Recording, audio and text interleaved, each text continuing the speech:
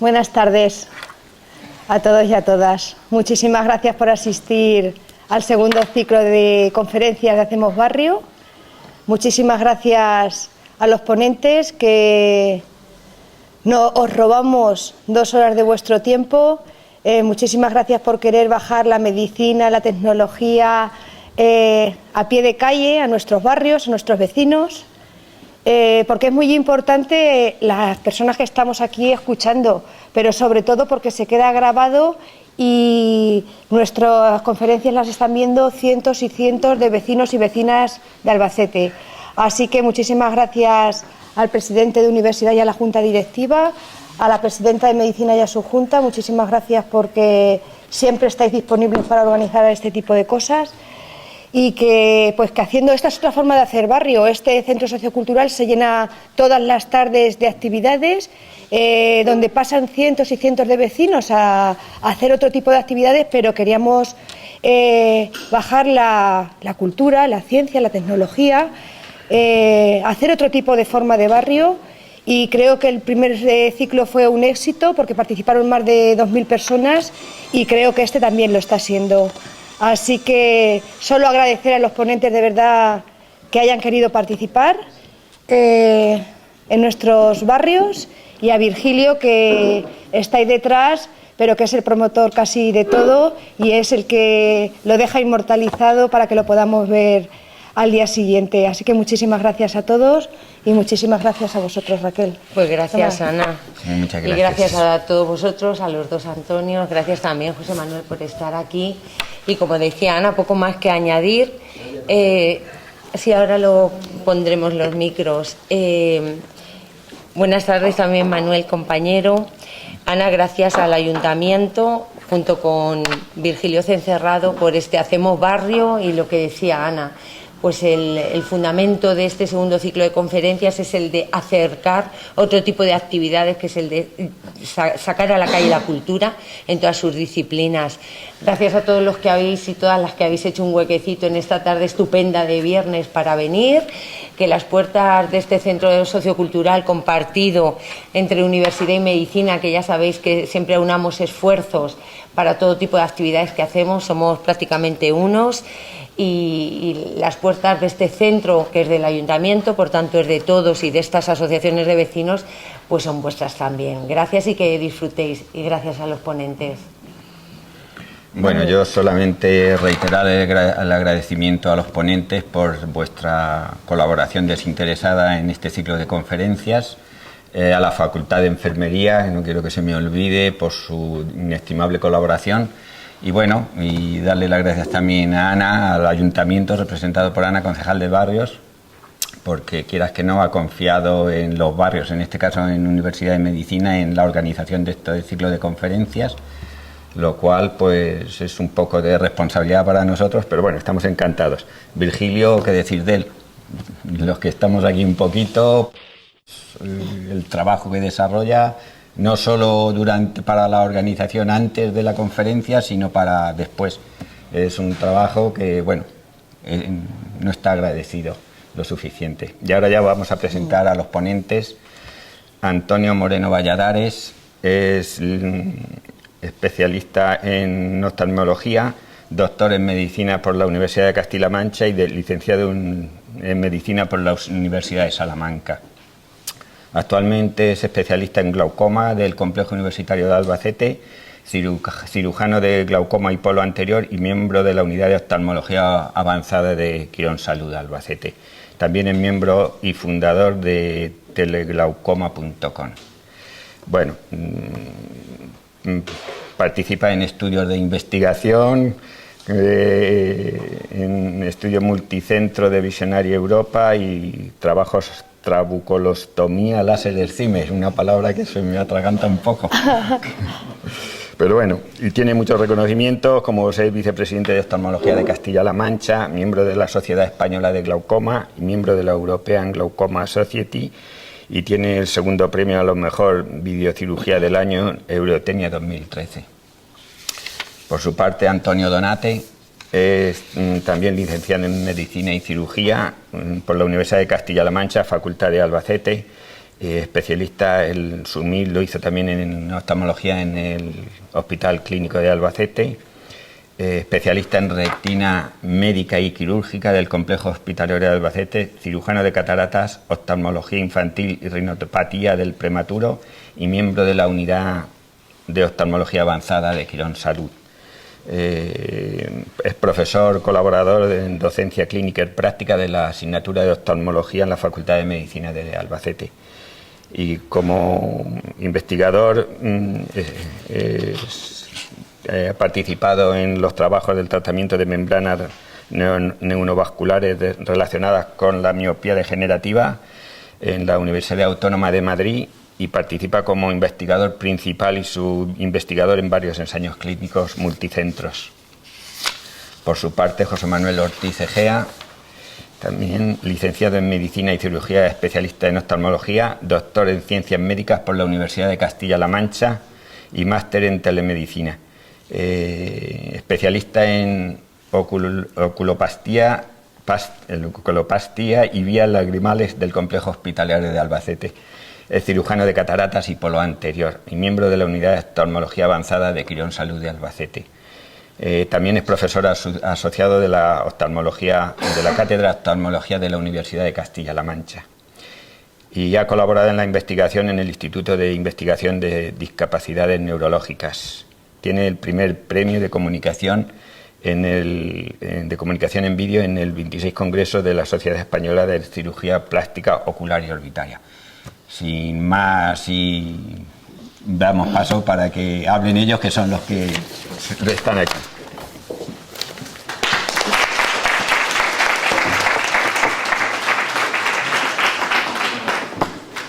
Hola a todos, muchas gracias por venir, muchas gracias a Virgilio, señora concejala, Raquel, señor presidente, a todos por habernos permitido. Somos vecinos del barrio, somos vecinos de este barrio y hemos venido aquí con nuestros niños a merendar, a jugar, a cantar, y ahora pues esto también es un orgullo poder colaborar también y hablar y hacer un poco de medicina preventiva, informar un poco a todos ustedes de... Vale, ¿se oye ahora?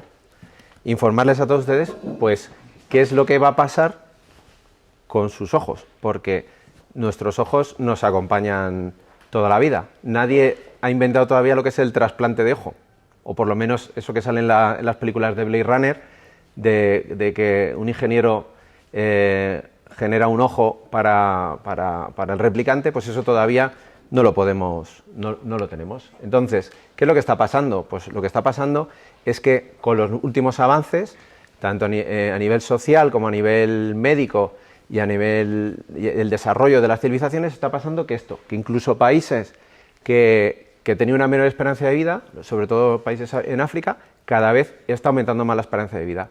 Y para el año 2100, pues aproximadamente un tercio de la población será anciana o mayores de 65 años. Lo que nosotros hasta ahora consideramos ser una persona mayor, que es ser mayor de 65 años, pues cada vez va a haber mucho más gente mayor.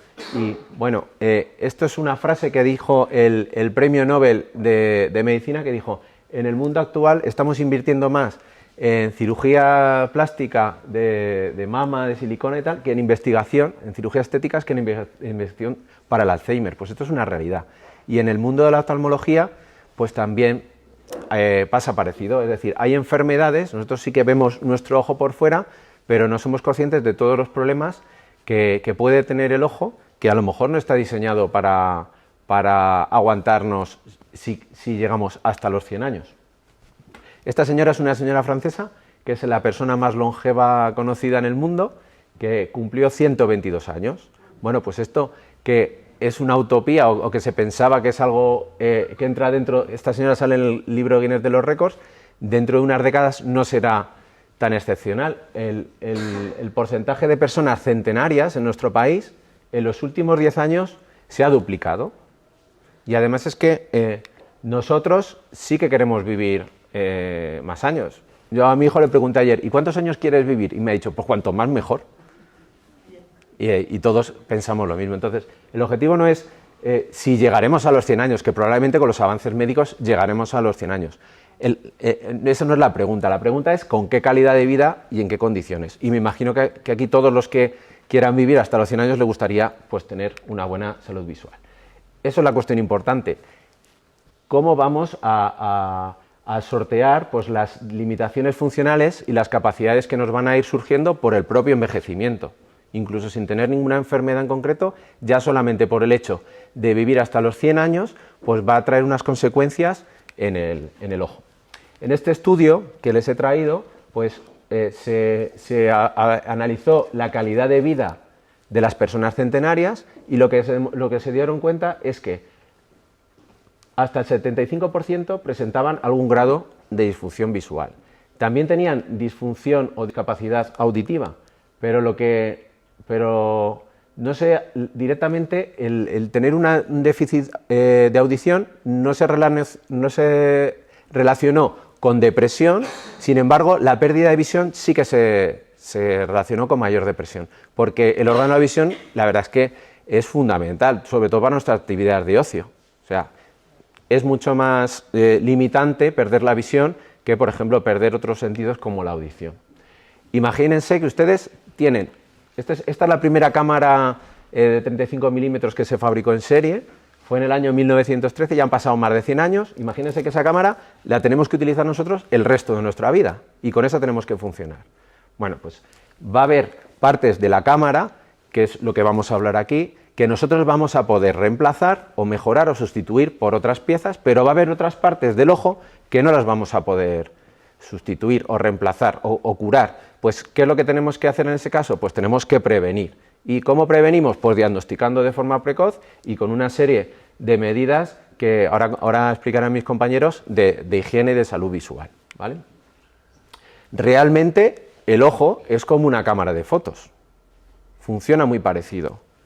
Tenemos aquí un sistema de enfoque que en nuestro ojo es como el cristalino, tenemos una cámara oscura y tenemos una zona que es como la película de la cámara de fotos, que es la retina, y luego hay un cable que lleva toda la información del ojo al cerebro, porque realmente con lo que vemos no es con el ojo, las imágenes se forman en el cerebro, nosotros vemos con el cerebro, no con el ojo. Si nosotros tenemos el ojo perfecto, pero el cable no lleva la información al cerebro, pues vamos a tener un déficit visual. Estas son unas fotografías de una paciente mía de 96 años, para que veáis que tiene esto que se ve aquí en la pupila, pues es opacidad, es una catarata. También en la mácula pueden aparecer alteraciones en la mácula, de las que hablará el doctor Nate, y el glaucoma es una alteración del nervio óptico. Y pueden aparecer también alteraciones en los párpados, de lo que nos hablará el doctor Ortiz. Y es que queremos mantener buena visión. Ayer intervine a un paciente de catarata y de glaucoma con 94 años. Si ese paciente se encuentra bien, ¿por qué no lo vamos a operar de cataratas? Y con eso, ya esta mañana estaba bien, ha mejorado visión. Entonces, lo que tenemos que intentar es ir poniendo parches y soluciones a determinados problemas que inevitablemente, si cumplimos años, van a aparecer. Todo lo que vamos a hablar aquí, el que vaya cumpliendo años, es susceptible de tenerlo en algún momento de su vida. Doctor Ortiz, pase usted a hablar. El doctor Ortiz es especialista en párpados y oculoplastia y vía lagrimal y nos va a hablar de todo lo relacionado con los párpados, la superficie ocular.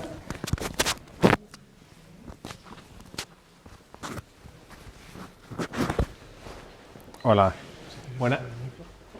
Se oye, ¿no? Se oye. Yo creo que se oye en la sala. Hola, buenas tardes a todos.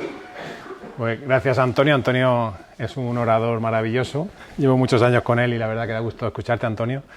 Y yo voy a hablar de la parte anterior del ojo. El ojo no es solo el globo ocular, el ojo como lo entendemos, hay una serie de anejos que son los párpados, que es la glándula lagrimal, que es la vía excretora donde se elimina la lágrima cuando yo parpadeo, que son muy importantes y que son una fuente frecuente de pacientes que vienen a nuestra consulta porque se alteran los párpados, le llora el ojo, le pica, le escuece y es muy frecuente en nuestras consultas. Como comentaba Antonio, cuando envejecemos se van produciendo una serie de cambios que son fisiológicos y normales por la edad, como es la aparición, en la imagen de la derecha tenéis un ojo con un párpado mucho más joven que la imagen de vuestra izquierda, ¿no? Como veis, se van a producir sobre todo una serie de pliegues en la parte del párpado inferior y una profundización del pliegue del párpado superior. Eso nos ocurre a todos con el paso de los años, ¿de acuerdo? Es normal y no hay por qué preocuparse. ¿Cuándo vamos a pensar que esta patología, estos párpados o estos pliegues nos van a generar una patología? Pues os voy a explicar varios grupos de patología que hay y que los podemos tratar en la consulta, ¿de acuerdo? Principalmente os he traído dos imágenes que son muy antiguas, que las he sacado de una de las que tenía en casa. En la imagen esta que tengo aquí a la izquierda veis un estropión. Esto es muy frecuente con el paso de los años en población mayor y es la caída del párpado inferior. Por gravedad tenemos la bolsa de grasa inferior se hernia, empieza a pesar y el párpado inferior coge una gran elasticidad y se abomba o se vierte hacia afuera. Esto va a generar que el paciente cuando parpadea la lágrima se queda en esa zona y le lagrimea y está constantemente lagrimeando. Que sepáis que el estropión es una patología senil, es una patología de la edad y se puede tratar en las consultas, la tratamos y lo llevamos a quirófano, se hace una corrección y se trata. Y otra patología muy frecuente con la edad del párpado superior es la blefarocalasia, que es el pliegue excesivo de piel sobre el párpado superior. No es una cuestión estética, no estoy hablando de una cirugía estética que también se hace, estoy hablando de patologías que ocurren con la edad. La blefarocalasia, cuando se apoya ya sobre las pestañas del párpado superior y hace una sombra, el paciente nota como una sombra, una visera permanente, pues también requiere a veces de una cirugía y se estirpa ese exceso de piel y se hace una sutura para volver a recolocar el surco palpebral superior en su sitio, ¿de acuerdo? Estas serían patologías palpebrales muy frecuentes. Como veis, esta señora, en la imagen que tenéis a vuestra izquierda, es previa a la cirugía y luego hemos hecho una cirugía para intentar eliminar toda la dermatocalasia superior y parte del paquete de bolsa inferior y del estropio. Son patologías que se pueden hacer conforme pasa el tiempo. Aquí tenéis otro paciente, un varón, con un estropio, en lo que os comentaba, del párpado inferior muy llamativo. No es solo una situación estética, que es un poco, estéticamente es un poco desagradable la visión, sino que además es que está constantemente la lágrima cayéndole por fuera, ¿no? Entonces son cirugías que son relativamente sencillas y se pueden corregir y nos van a ayudar, como comentaba Antonio, a poder mantener buena calidad visual con el paso del tiempo. Aquí tenéis otra patología que suele ser no ya la piel, sino el descenso, lo que llamamos ptosis del párpado superior. El párpado superior tiene un músculo que es el elevador del párpado superior, que es el que nos ayuda a abrir ese párpado y es como yo lo explico siempre que es como una goma elástica, ¿no? Con el tiempo esa goma elástica va dando de sí y el párpado superior puede llegar un momento que nos cubra el eje pupilar y nos haga realmente una sombra. El paciente hipercorrige, va con la barbilla hacia arriba para intentar evitar esa visera que le hacen los párpados, que le hace la ptosis.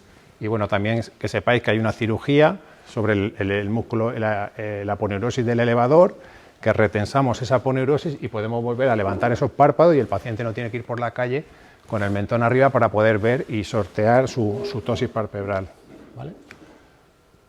Y luego una patología que también es relativamente frecuente es cómo se evacúa la lágrima del ojo. Como veis aquí, hay un sistema de drenaje por unos canalículos a un saco lagrimal y baja directamente hacia la nariz. Es el sistema excretor lagrimal o la vía lagrimal. Este sistema es muy frecuente que con los años se puede obstruir más frecuente en mujeres que en hombres. Esto es lo que conocemos como diacrocistitis crónica. Puede cursar con brotes agudos, con inflamación del saco lagrimal y mucho dolor y mucha infección.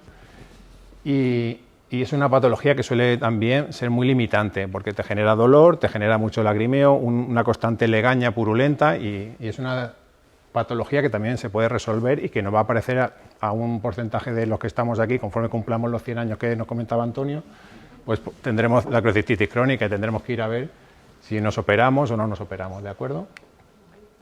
Y luego la gran patología de toda la población mayor, que es el síndrome del ojo seco. Se estima en varias series que ronda entre el 10 y el 15%, un 11% de la población lo va a presentar en algún momento de su vida, pero aumenta su prevalencia conforme cumplimos años. La glándula lagrimal con la que producimos la lágrima se va agotando con el paso de los años y nos va a generar este ojo seco. Es más frecuente en mujeres y hay una serie de factores de riesgo, como comentaba, la edad, tener una serie de enfermedades autoinmunes que hacen que la glándula se agote antes de tiempo, enfermedades como la rosácea, que son enfermedades que afectan a las glándulas sebáceas, por supuesto, estar mucho tiempo en exposición en radiación o en pantalla o fijando mucho la vista, parpadeamos menos, se evapora más la lágrima y podemos tener ojo seco. Y pacientes que han tenido algún tipo de cirugía refractiva, que con el LASIK cortamos la córnea, y la córnea es el principal estímulo de producción de lágrima. Si yo daño la córnea no me va a enviar estímulo para que yo produzca lágrima. Entonces corto el circuito de producción de lágrima, ¿no? Serían factores de riesgo. El ojo seco, os comento un poquito, la lágrima está formada por 3 capas. La capa que está en contacto con el aire es una capa lipídica para que no se evapore el agua. La capa acuosa es la capa más abundante, estaría en medio, y luego hay una capa de mucina o de moco que es la que nos tiene pegada a la córnea. La lágrima no es solo agua, está compuesta de su grasa, de su moco y gran proporción de agua, ¿de acuerdo? Sería un poco el mecanismo del vaso. La capa de lipídica está en contacto con el aire, es grasa, es aceite para que no se evapore la lágrima y dé tensión superficial, y el moco está en contacto con la córnea para que se quede bien adherida. La clínica normalmente del paciente con ojo seco es un paciente que tiene mucha irritación, sensación de arenilla, de cuerpo extraño, el ojo un poco rojo, empiezo a leer pero a los pocos 10-15 minutos me canso, me lagrimean porque empiezo a producir una lágrima que es muy rica en agua y muy pobre en moco y en grasa, y entonces es una lágrima que es se queda muy poco pegada en la córnea y me resbala mucho, muy líquida, ¿de acuerdo? Y los síntomas se agravan en aquellas situaciones, como comentaba, que tiendo a parpadear menos. Por ejemplo, si estoy conduciendo, si estoy fijando en la pantalla, si estoy leyendo, ¿de acuerdo? Eso me agrava la patología del ojo seco. El tratamiento realmente va a depender de si tengo un problema en la lágrima de falta de la capa de lípidos, o tengo un problema, sería un ojo seco, que suele ser por un problema que se me evapora la lágrima, o tengo realmente un problema de ojo seco porque produzco menos. Realmente eso nos ayuda un poco a orientar el tratamiento. Tenemos que hacer medidas de prevención. Hay muchos pacientes que mejoran evitando los ambientes secos, poniendo un humidificador en la oficina o en el sitio de trabajo, que aumente la humedad relativa del ambiente. Eso me hace que la lágrima se evapore menos y tenga menos clínica de ojo seco. Interrumpir determinados tratamientos farmacológicos, algunos antidepresivos, por ejemplo, que bajan el flujo de producción de lágrima. Estoy con un tratamiento antidepresivo una temporada y resulta que me está haciendo un ojo seco, ¿vale? Y otros tratamientos que hay. Luego parpadear frecuentemente, hacer pequeñas paradas técnicas de cerrar los ojos unos segundos, volver a retomarlo, y limitar el uso de lentes de contacto en aquellos pacientes que tienen patología de ojo seco y córnea, porque pueden hacer problemas de superficie corneal. Hay muchos tipos de tratamiento de sustitución de lágrimas, son lo que conocemos en nuestro argot como lágrimas artificiales. Hay muchas marcas, hay muchos productos, hay monodosis, hay unos que llevan más conservantes, otros menos, otras más carmelosa, concentración diferente de ácido hialurónico, y podemos jugar con ellas para intentar sustituir nuestro déficit de producción de lágrima con esa lágrima. Es buscar a veces la combinación, hablar con el paciente para que con la menos dosis posible, instilándose 2 gotas de colirio, pues pueda aguantar toda la jornada con una buena película lagrimal, ¿de acuerdo? Y ya para acabar voy a hablar un poco de la blefaritis, que es otro concepto que manejamos mucho en la población mayor, que es la inflamación del párpado. El bléfaro es el párpado y la blefaritis es la inflamación del párpado. Con el paso del tiempo, todo el borde palpebral, todas las pestañas y las glándulas que viven ahí también, pues sufren irritaciones, sufren inflamaciones y nos van a generar un borde palpebral que muchas veces genera restos de escama, inflamación, un borde palpebral muy rojo, y es una clínica que sueles estar muy incómodo por la mañana, mejoras a veces por la tarde, y es típico también de una alteración de la producción de la grasa del borde de las glándulas que hay alrededor de las pestañas, ¿de acuerdo? El tratamiento muchas veces es poner calor. El calor va a hacer que esas glándulas se dilaten, y luego hay toallitas, es una marca, no tengo ningún, hay muchas marcas. Hay unas toallitas que llevan unos geles específicos, poner calor, ese calor me ablanda los pequeños poros de las pestañas, y después con las toallitas hago una limpieza durante 2 o 3 minutos de cada uno de los bordes, ¿de acuerdo? Eso durante un tiempo, realizo esa higiene palpebral y me va a asegurar que el párpado está limpio y tiene buena calidad. Y también tenemos para situaciones de mejora de la superficie del párpado, hay sistemas como el de luz pulsada intensa, los IPLs, que son sistemas de recalentamiento de toda la superficie del paquete dérmico y subdérmico de de los párpados, que también va a regenerar todas estas glándulas que que os explicaba, que se inflamaban y se estropeaban con los años, y las hacen funcionar bien durante un término medio de 6 a 12 meses.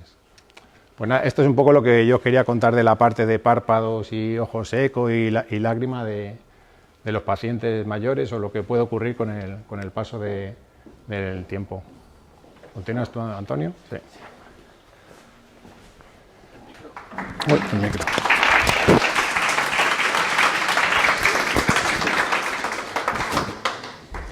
Bueno, muchas gracias, José Manuel. Seguimos yendo pues de la parte anterior hacia la parte posterior del ojo.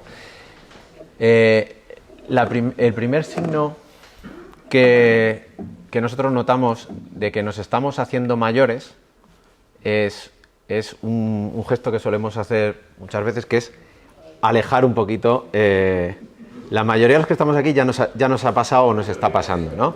Entonces, ¿por qué nos está pasando eso? Porque el sistema que se encarga de la acomodación, que es el enfoque, habíamos dicho que el ojo era como una cámara de fotos. Bueno, pues tenemos un foco para enfocar las imágenes para que veamos nítido o lo que está más lejos o lo que está más cerca, como una cámara de fotos. Bueno, pues el órgano de la acomodación está formado por el cuerpo ciliar, la zónula y el cristalino. Bueno, pues eso es ese movimiento que hace el cuerpo ciliar, que es el enfoque, hace que cambie el diámetro del cristalino y nos permite ver de forma nítida objetos que están muy cercanos. Eso cuando somos jóvenes, cuando somos niños, pues tenemos una capacidad de acomodación muy grande, hasta 15 dioptrías podemos enfocar. Sin embargo, cuando empezamos a cumplir por encima de los 40-45 años, pues lo vamos a ir perdiendo. Las personas que son miopes no lo notan tanto y los que son hipermétropes lo notan un poquito más, ¿vale? Hasta que llegamos a los 75 años y ya hemos perdido totalmente la capacidad de acomodación. Se ha perdido la elasticidad de ese sistema y no podemos enfocar los objetos cercanos. Esto se llama presbicia. Todo el mundo a partir de los 40-45 años va a tener presbicia. No hay nadie que se libre. Y se están poniendo tratamientos con gotas, que si hay gotas para la presbicia, no funciona. Lo que tenemos que hacer es sustituir, o sea, el único tratamiento es sustituir o reparar ese sistema que ya no va a funcionar más. Entonces, lo que hemos dicho, lo que necesitamos es que tenemos que alejar el plano de lectura y además que cada 5 años, desde los 45 hasta los 70, va a ser un reto mayor, o sea, vamos a tener que alejar un poquito más. ¿Cómo vamos a corregir la presbicia? Pues como muchos de los que hay en esta sala, pues con lentes progresivas o con lentes bifocales que tienen diferente graduación para los objetos de lejos y para los objetos de cerca, ¿de acuerdo? Las lentes progresivas lo que llevan es en la óptica pues diferentes graduaciones de tal forma que vamos utilizando la parte inferior para la distancia cercana y la parte lejana para ver de lejos, con diferente graduación. ¿Existe un tratamiento quirúrgico? Sí, actualmente ya se dispone de un tratamiento quirúrgico para resolver la presbicia.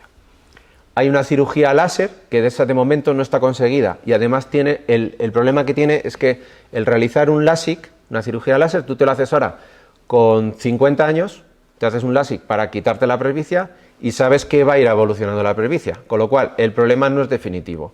¿Qué es lo que es un tratamiento definitivo? Pues sustituir ese cristalino, ¿vale? Hasta hace poco no había lentes que sustituyeran el cristalino, pero ahora ya tenemos las lentes multifocales, ¿vale?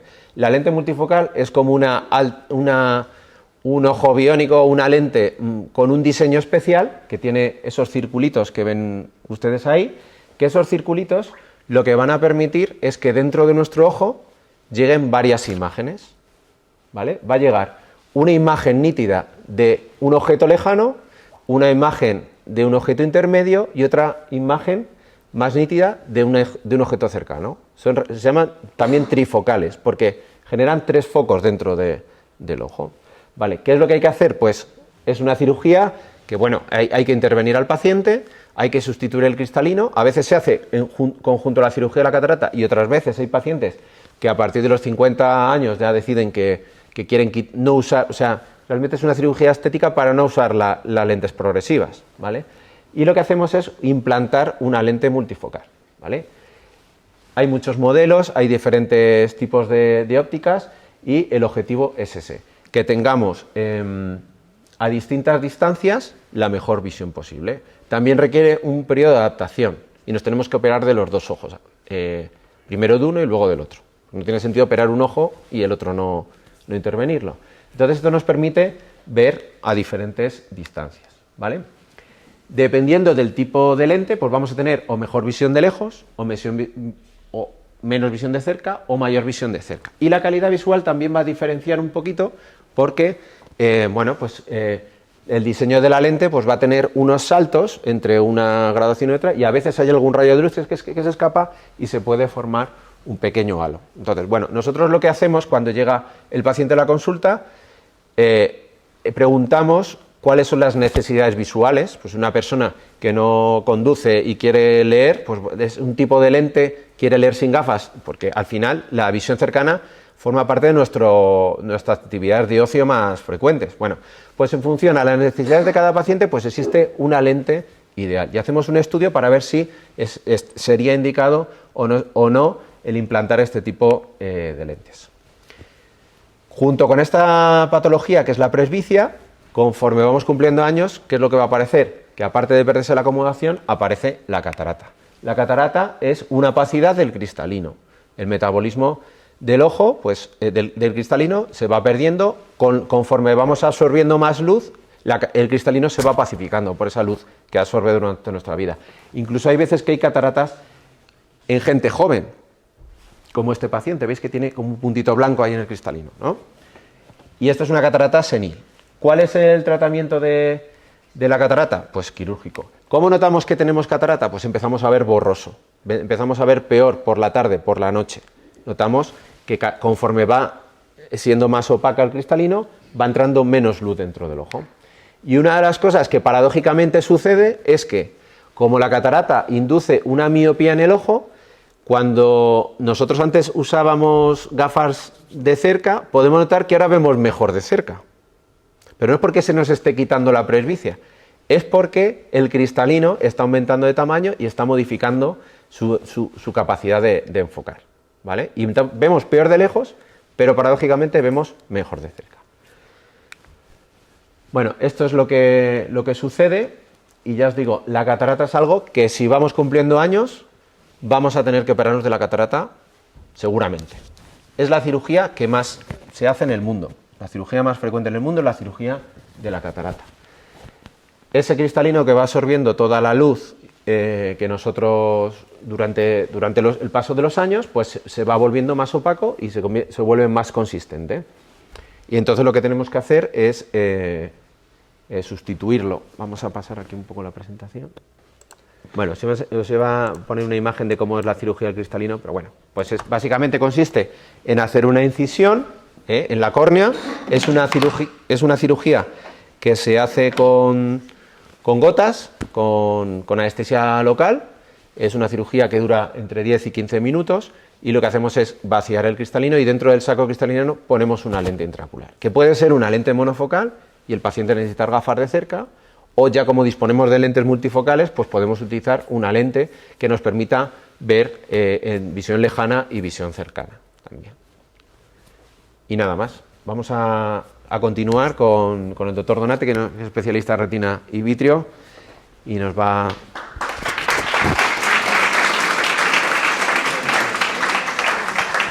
hablar de los problemas que... Bueno, muchas gracias a todos por venir en esta tarde de viernes con el buen tiempo que hace y estar aquí escuchándonos. Bueno, pues a mí me va a tocar hablar de una parte que no vemos, porque hasta ahora hemos hablado de los párpados, hemos hablado del cristalino, son partes que nosotros vemos a simple vista. Pero el vítreo y la retina es algo que está dentro del ojo, es el fondo del ojo, por lo cual nosotros a simple vista no lo vemos. El vítreo es el gel que ocupa el interior del ojo, ocupa el 80% del volumen del ojo y está compuesto un 99% por agua, aparte por otras fibras de colágeno, que es lo que hacen que el gel sea más denso. Cuando nacemos es un gel totalmente transparente, pero según vamos cumpliendo años veremos ahora cómo se va licuando, va degenerando y al final pues deja de ser tan transparente. El gel no se vuelve a reproducir, el gel vítreo es tal como nacemos con ese gel vítreo y lo tenemos que tener para toda la vida, Tiene básicamente tres funciones. Uno, por un lado, es darle soporte al ojo, por otro lado, participa en la nutrición de la retina, de las capas internas, y también permite también en parte que la retina esté pegada, esté adherida. Esto es algo que tenemos prácticamente todos, y más en sitios así con esta luz, tan blancos, pues vemos, casi todos vemos manchitas negras, hebras, que vamos viendo dentro del ojo. Eso es algo normal, eso forma parte de la degeneración vítrea normal del ojo.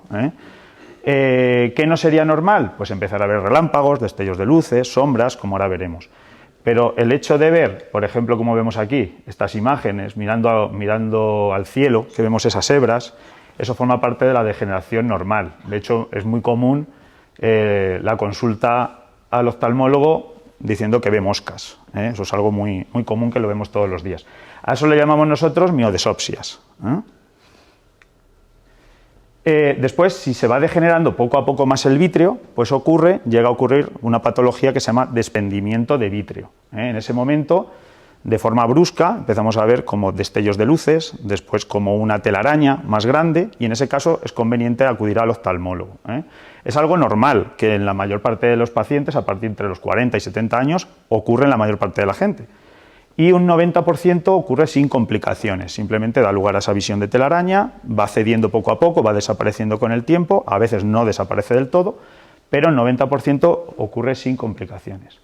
Sin embargo, un 10% sí que puede dar lugar a desgarros o roturas en la retina, y por eso hay que acudir con esos síntomas, hay que acudir al oftalmólogo para que descartemos que hay una rotura, porque si hay una rotura se puede tratar inmediatamente en la misma consulta con láser. Y nos evitamos pues, dar lugar a un desprendimiento de retina, que es una patología ya más grave. Después tendríamos la retina. La retina, como ha dicho Antonio, poniendo el símil con una cámara fotográfica, sería la película de esa cámara fotográfica. Sin esa película, lógicamente, no podríamos ver. De hecho, ahí van todas las fibras nerviosas que forman después el nervio óptico y que llega al cerebro. En este caso, pues tendríamos el desprendimiento de retina. El desprendimiento de retina es cuando esa rotura que hemos visto antes en la retina no la tratamos. Entonces, a través de esa rotura, el vítreo que ha degenerado, que es un vítreo más líquido, va entrando por esa rotura y acaba por desprender la retina. ¿Y qué notaríamos? Pues primero empezaríamos con los síntomas que hemos visto en el desprendimiento de vítreo, que sería la aparición de destellos, la aparición de moscas, y después empezamos ya a ver como una sombra. Aquí lo vemos en la imagen esta de aquí abajo.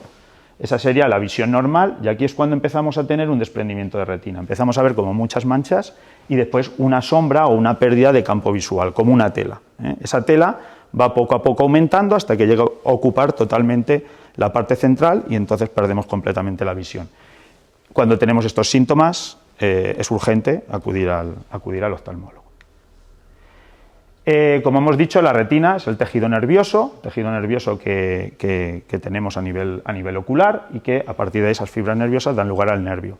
Pues la parte central de esa retina es lo que denominamos mácula. La mácula es una parte muy pequeña, pero que tiene una gran cantidad de fibras nerviosas. Mide solamente entre 4 y 5 milímetros, pero es la parte de la retina con mayor densidad de células fotorreceptoras. Prácticamente es la zona con la que tenemos la visión fina, todo lo que sea la lectura, todo lo que sea reconocer caras, conducir, toda esa visión la conseguimos gracias a la mácula.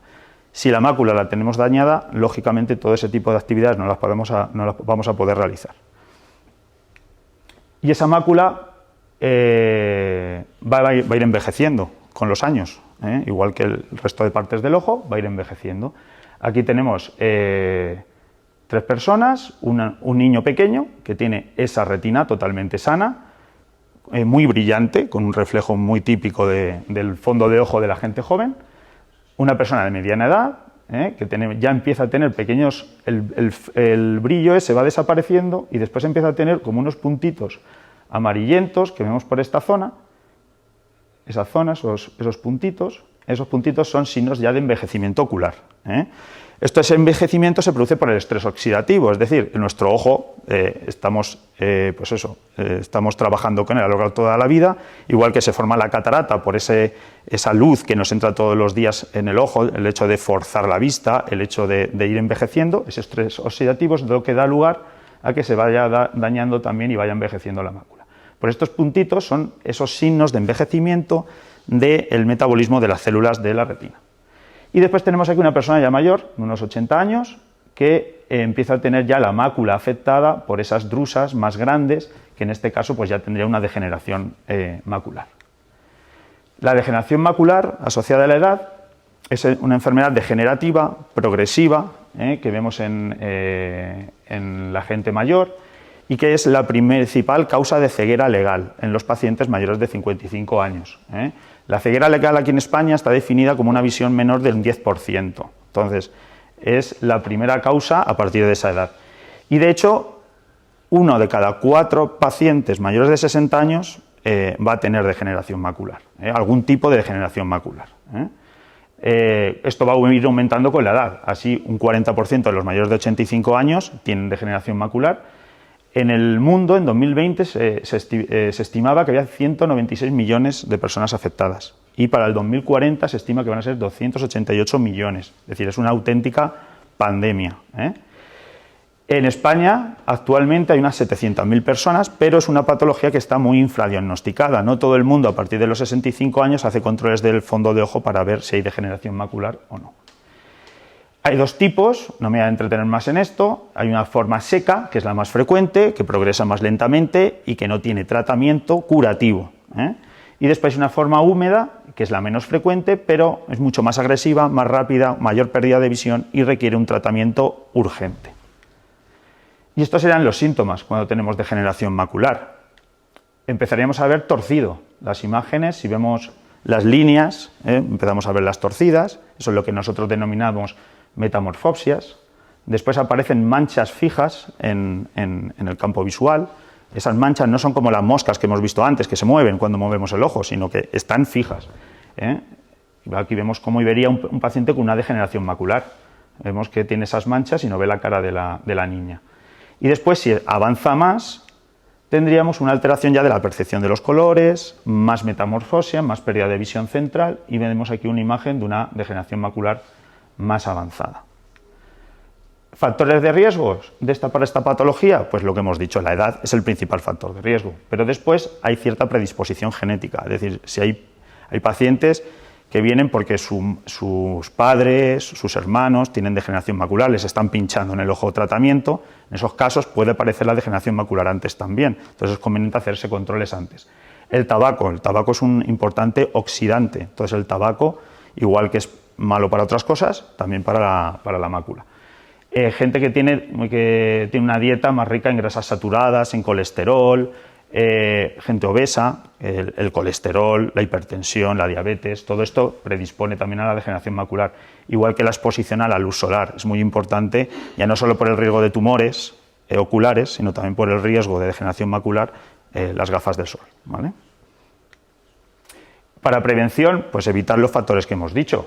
Por un lado, dejar de fumar, por otro lado, protegernos del sol, el control de la tensión, la diabetes, el colesterol y después una dieta mediterránea, que no es del todo fácil de conseguir muchas veces. Por ejemplo, las 2 principales sustancias que forman la mácula son la luteína y la zeaxantina. Son 2 tipos de derivados de la vitamina A.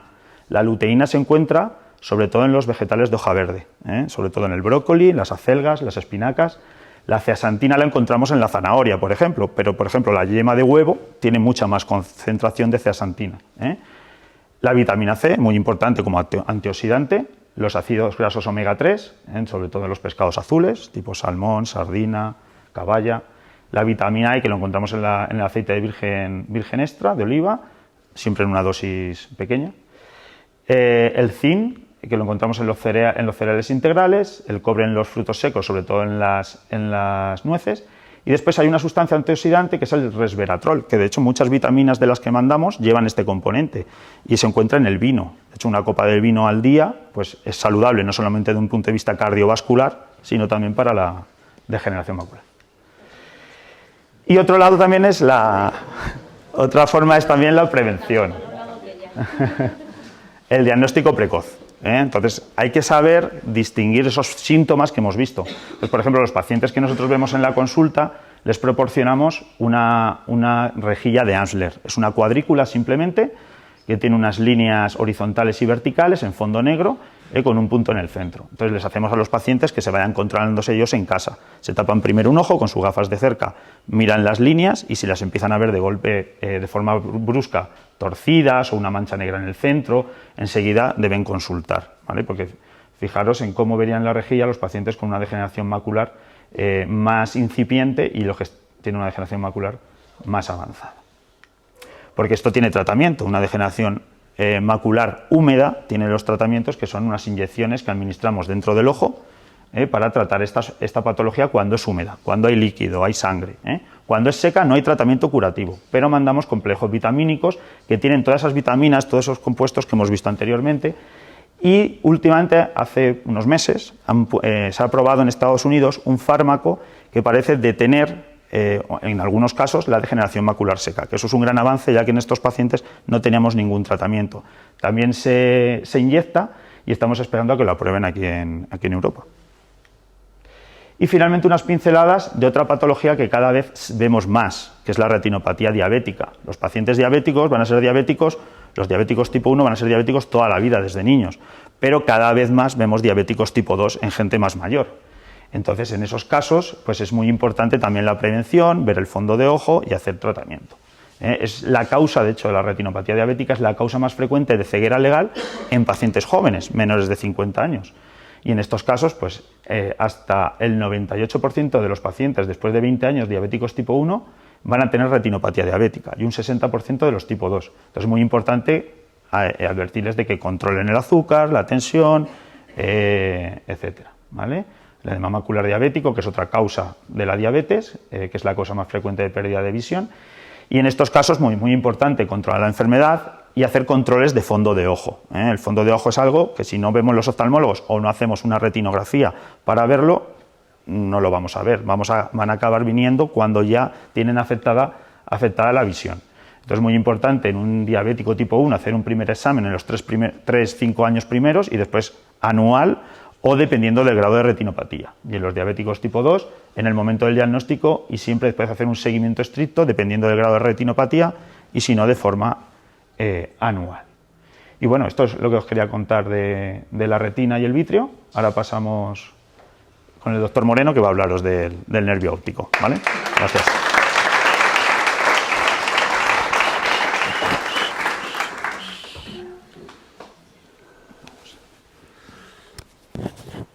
Bueno, pues como ha dicho Antonio, la degeneración macular pues es difícil de controlar y lo más importante es que si tenemos hábitos de vida saludables, pues sí que la vamos a poder prevenir, ¿no? Eso es importante, ¿no? Y sobre todo si vamos al oftalmólogo y vemos que tenemos algún signo de envejecimiento precoz. Bueno, pues ahora vamos a hablar de una patología que afecta al nervio óptico y que realmente aquí no podemos hacer ningún hábito de vida saludable porque va a producir una enfermedad que se llama glaucoma y que es una enfermedad totalmente asintomática. ¿Qué es lo que pasa con la edad? Bueno, pues mirad, dentro del ojo tenemos un sistema de drenaje que controla la presión que hay dentro del ojo. Conforme van pasando los años, ¿qué ocurre? Que en esa rejilla se llama la malla trabecular, va perdiendo su función y hace que lo duro que está el ojo sea cada vez un poquito más duro, o sea, aumenta la presión intraocular. Esto no genera ningún síntoma en el paciente. O sea, si no vamos al oftalmólogo a tomarnos la presión ocular, no sabemos si tenemos o no tenemos este problema. ¿Y qué causa esa subida de tensión? Pues va a causar una pérdida progresiva del campo visual de forma periférica. Nosotros no lo notamos al principio porque no nos afecta a la visión central. Entonces, esto es un campo visual. Este es un paciente con un campo visual normal. ¿Qué trascendencia puede tener el perder el campo visual? Pues puede tener esta trascendencia. Si tenemos esa pérdida en el campo visual, no vamos a ver a esos niños que van a cruzar la calle. Puede provocar accidentes, caídas. De hecho, y el campo visual, conforme van pasando los años, se va cerrando.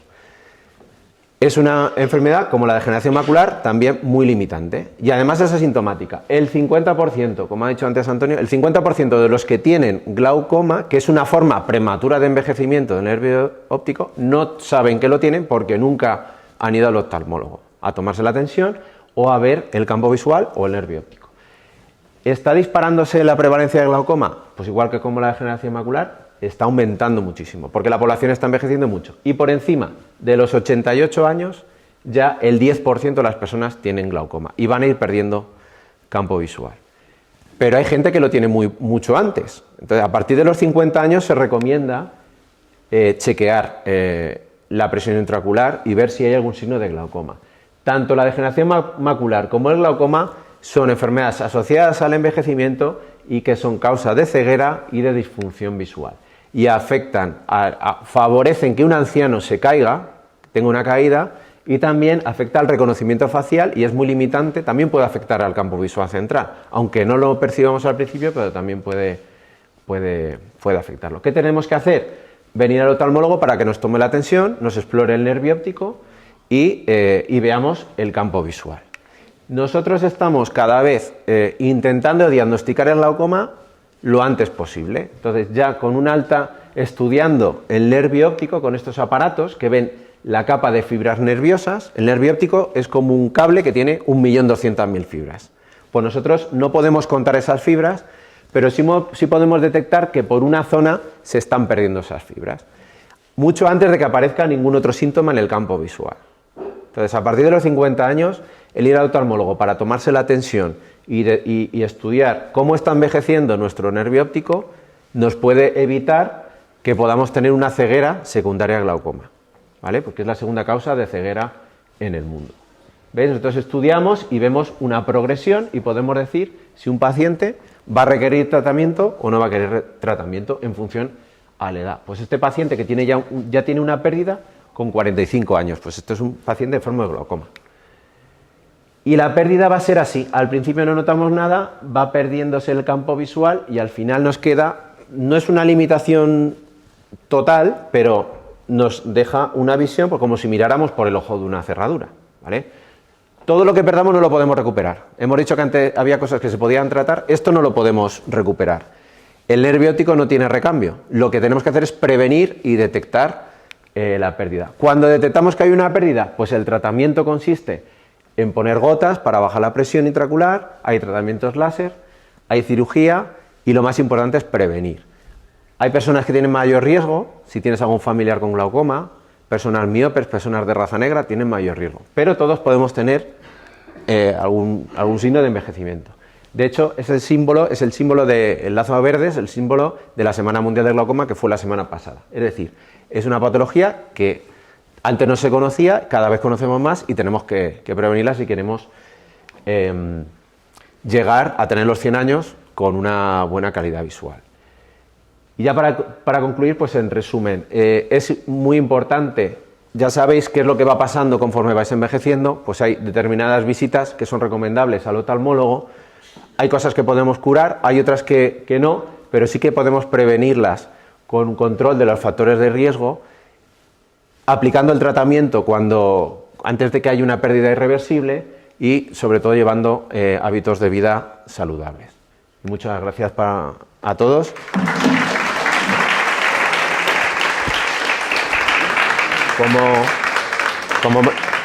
Como ya hemos dicho, pues los tres somos oftalmólogos de la unidad de oftalmología avanzada de Quirón Salud y ahora pues hemos cambiado la clínica a Octavio Cuartero número 3 ahí en la esquina del parque si necesitas alguna cosa de estas.